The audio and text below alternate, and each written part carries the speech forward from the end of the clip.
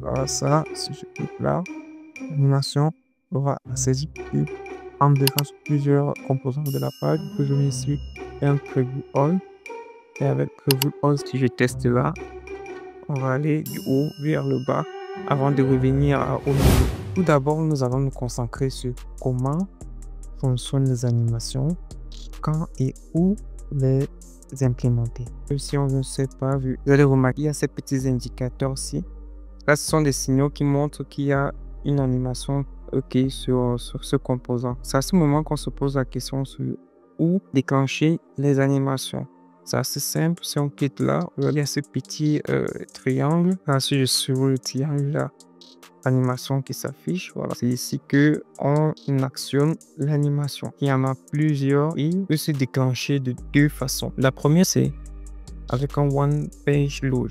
Donc, c'est-à-dire que lorsque la page charge, bien vous pouvez déclencher l'animation après avoir effectué une action. Donc, vous pouvez trigger, on appelle ça trigger, vous pouvez trigger une animation après avoir effectué une action. Et pour les deux cas d'utilisation, il y a bien évidemment deux process bien différents. On va tout d'abord se concentrer sur one page loading et sur quand l'utiliser.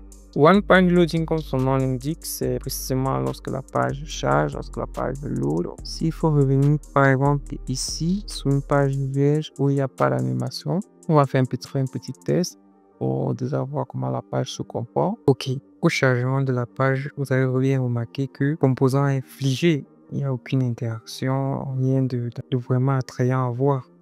Mais par contre, si on essaye de rajouter une animation, donc au niveau de la colonne principale, on va venir ici, spécifier dans One Page Load, on va venir à Add Animation, choisir une animation aussi parmi toutes ces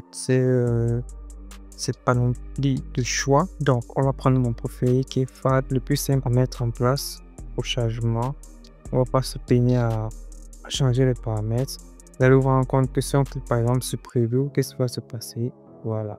Lorsque la page va charger, il y aura cet effet FAD là qui va s'appliquer à notre composant.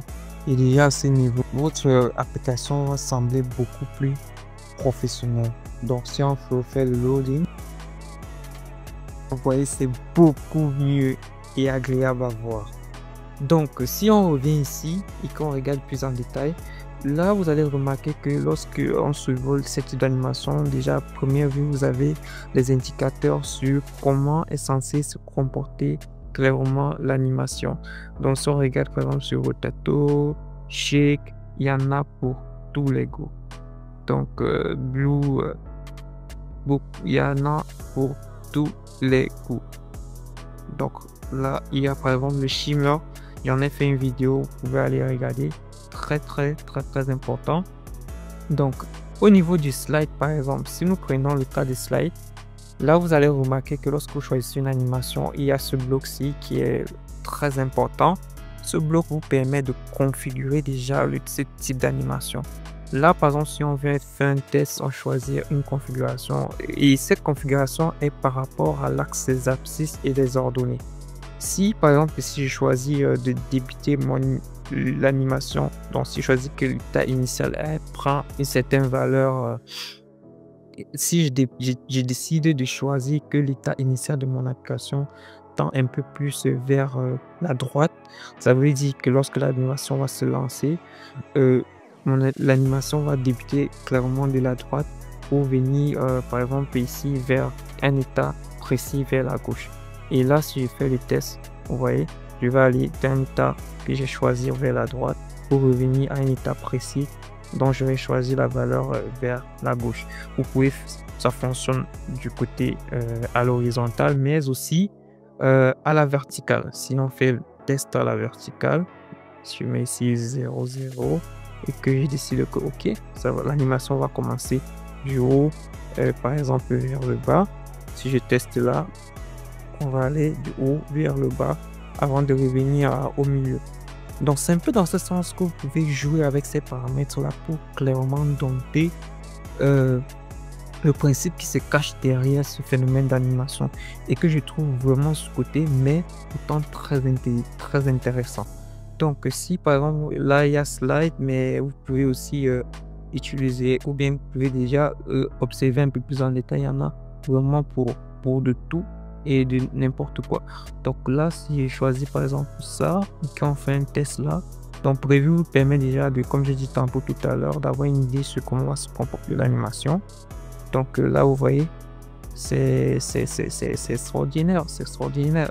Donc ici, vous allez venir ici après à votre tour parcourir tout ce type d'animation là et tester pour voir comment ça fonctionne. Et c'est aussi la meilleure façon, d'apprendre. Donc tester toutes ces animations là. Et vous allez aussi remarquer que là, il y a des paramètres loop. Loop, par exemple, c'est pour répéter l'animation en boucle plusieurs fois. Lorsque la page charge, l'animation va se répéter jusqu'à l'infini, par exemple. Et puis voilà, il y en a pour tout et n'importe quoi. Il y a quoi? Il y a flip. Oui, regardez là, il y a flip. Donc si je teste flip, qu'est-ce que j'obtiens? Ouais. Donc en gros, c'est là le mécanisme qui se cache derrière les animations. C'est vraiment micro, mais après vous allez voir qu'il y a une infinité de possibilités derrière juste la config de ces valeurs. Et donc ensuite, lorsque la page là, vous pouvez appliquer une animation particulière, comme par exemple ici, pad, mais vous pouvez à cela associer une autre animation. Vous associer une autre animation, cela veut dire une sorte de dieu d'animation. Donc ici pour rétablir, prenons un cas plus professionnel, c'est pas bien celui-ci. Voilà. Si on vient par exemple ici, vous allez voir comme que là il y a un dieu. Ça nous fait des animations fat qui va refaire, j'ai eu la page. Et ensuite un slide qui va venir derrière. Donc un dieu de deux animations. Si je teste ça, et bien, c'est d'abord fat, ensuite il y a le slide vers le haut qui est tout appliqué. Et ici, la particularité de Peter Pro, c'est que vous pouvez tester tous les animations d'une page en même temps. Donc si j'ai appliqué plusieurs animations, plusieurs composantes de la page, vous pouvez venir ici un preview all. Et avec Preview All, je peux déjà tester toutes les animations que j'ai rajoutées sur la page qui m'a assuré que tout flou d'animation fonctionne de façon synchrone. C'est très très important. Donc à ce niveau déjà, nous avons presque tout vu sur les animations. Il ne reste plus que cette partie qui est dédiée à Action Trigger. L'action Trigger au niveau des animations, c'est pour essayer qui permettent de faire ce type d'animation. Si je viens par exemple ici sur cette application qui me permet de faire un speech de texte, je clique là, par exemple vous allez voir, là j'ai traité l'animation, ce bouton qui essaie de jaillir au fur et à mesure qu'il y a un fonctionnement.